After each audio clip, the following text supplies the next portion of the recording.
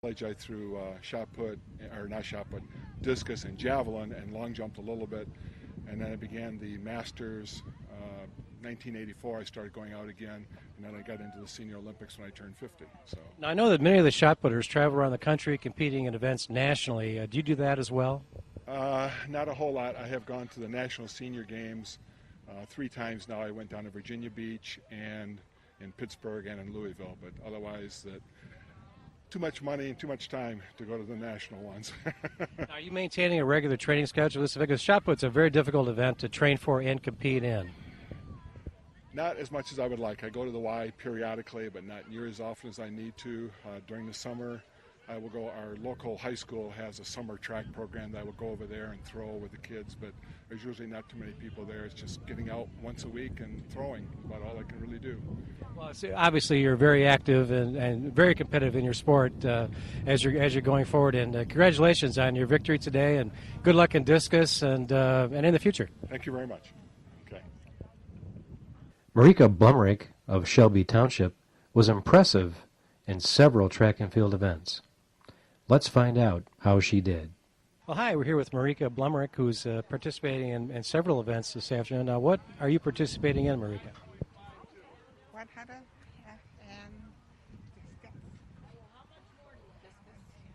Javelin. Shot put. And how are things going for you so far today? What How is are it? things going? So I take it you're modestly telling me you're winning. Yes. Wow. That's great. 1,500. She has to do 1,500 walk next. Well, that's great. I'm ready for 1,500.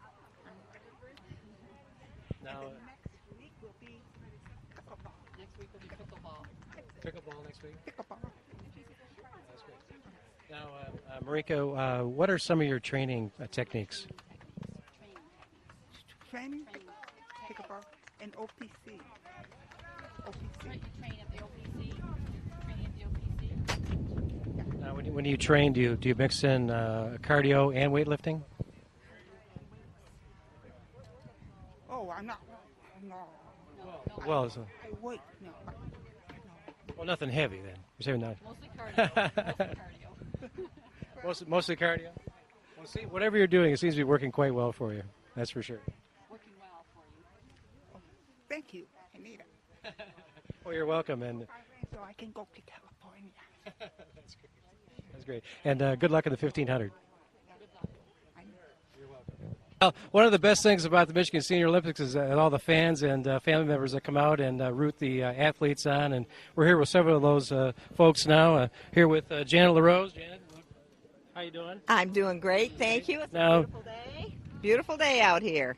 And now you have a couple of special people in your lap. Can you tell us who they are? I have 2 of my very special grandchildren, Aaron, McKenna, and that's Mason over here. And they're all here to cheer on Bijou. Now, I know this is a personal question, but may I ask you how Big Dan got that nickname? He got it because he used to go up to the grandkids and go, Bijou, Bijou, Bijou, Bijou, Bijou. So the oldest one just started calling him Bijou, and then Beach. All right. Big. No. Beach for big? That makes a lot of sense. We're also here with Ann Dighton. Her husband is hiding at the moment. And now I've noticed, Ann, you've come to a lot of events. You enjoy coming out to see the Senior Olympics? We do. We have to be here to cheer on Big Dan. Well, that's great. Well, Big Dan has already participated in shot put. We're waiting for him to perform the discus, and we're eagerly awaiting. Right, gang? Can we have a one? How about 1, 2, 3? Go, Big Dan! Ready? 1, 2, 3. Go Big Dan!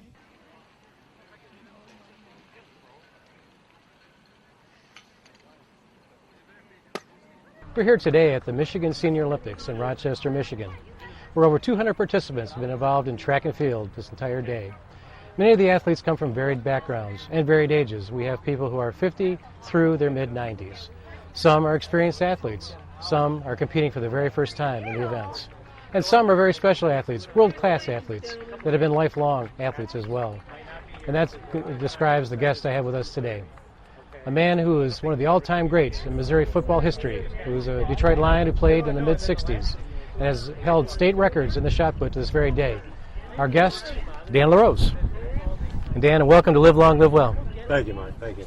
Now, Dan, you've been an athlete your entire life, and I'd really like to hear how you got started in athletics. What was your favorite sport when you were young, and what you did in high school, things like that? Well, I came from a very small school in Missouri, Crystal City, Missouri. There was 2,000 people, and that was what you did in high school. You went out for sports. My favorite sport was football, and we sort of ran track to keep in shape for football. I was a basketball player. I tried baseball, but I'm blind in my left eye, so they showed me a chart and said, if that ball hits you in the side of the head, you're done, so don't play baseball. So I stayed with track and football and basketball. So the track experience you had was based on playing football. You did that to keep in shape for football. Yeah, I think all athletes today, all football players, I think in high school, should be on the track team. Right. If they can't run, they should be throwing a shot or throwing Right. a discus. You know, they're Right. big and strong kids today, and you got to stay in shape. Except for yourself, you became quite proficient in track, and your best event in track was what? Shot. I was a good shot putter. And it's funny today, these kids weigh 280, 300 pounds. In high school, I weighed 218, and I could throw the shot in college, which was 16 pounds. I could throw it 56 feet. So, Which was at a national level yeah, at that was that time. the indoor record for Missouri. And in those years, there was only 3 people in the world over 60 feet for the Right. 1960 Olympics. So Right. this is my junior year. I thought I could have gone on and gone to the Olympics, 1960, but I broke my wrist fooling around, so I couldn't throw. So you ended up going to the University of Missouri, Right. and you got a scholarship that was half in track and half in football. Yeah, they gave me half football, half track, and said, and if you get your grades up and you do well, we'll see what happens. And of course, I did well in track, but I did a lot better in football. So they gave me a full scholarship for football. Well, the University of Missouri describes you to this day as one of the greatest two-way players in Missouri football history, and you're on their all-time team. Now, how did you end up playing both ways in football? Was that was a little more common in your era, but Well, still, that it's quite an was achievement. That's the way they did it in those days. You know, I also kicked off and punted. So when the game started, I would kick the football, and then I'd go in and play offense, and then we go defense, play defense. I would punt on offense, and we were on special teams. And then when the half came, you got your break, so, and you go in the second half, and we rarely got hurt. Everybody played, and we never got hurt. It was amazing. Yeah, well, back then the training regimens were quite different. In fact, was there any type of weightlifting regimen involved in Missouri at that time? We didn't have any weights at all. Our high school coach didn't believe in weights, thought you'd be muscle bound. The colleges weren't into weights at the time, and so I couldn't even lift weights. There was 2 shot putters that I could beat, but they were lifting weights. I couldn't even get the bar off their chest. They were so strong, but I could beat them because I was fast. Yeah, And, well, yeah, it's incredible how the training techniques have changed because even in pro football, I believe the first team to train with weights was the 1960 San Diego Chargers, and then obviously there was some success in performance, and then other teams picked it up very quickly after that.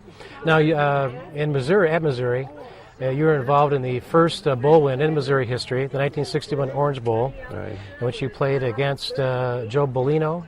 Joe Bellino was the Navy? Heisman Trophy in Navy. We played Navy, so we'd played the year before in the Orange Bowl against Georgia. We got beat, but I think our coach Dan Devine, he had us working out 2-a-day scrimmage and the day before the game, and he hadn't been to a bowl game. So the next year he relaxed on us and eased up, and we won the game. Well, obviously a very big game. President Kennedy was noted to be in attendance. That was his alma mater, Navy. Yeah. You were an underdog in that game. Yeah. Obviously, a huge win for Missouri, one that many Missouri alumni and fans still remember to this day. Yeah, we would have. In those days, they chose the number 1 team in the nation before the games, the bowl games. Today, they choose after the bowl games. We finished 5th, but we won our bowl game, and the guys that finished 1, 2, 3, 4 didn't win their bowl game. So, in theory, we would have been the number 1 team in the nation my senior year. Yeah, most likely if there was a poll. And Dan Devine was going to buy us rings, but he never did. So you're still waiting for your ring. I'm waiting for more. And Dan died, so Yeah. good chance we won't get that. No, I don't think so. So you came out in NFL draft, 1961. Right. You were the 23rd overall pick.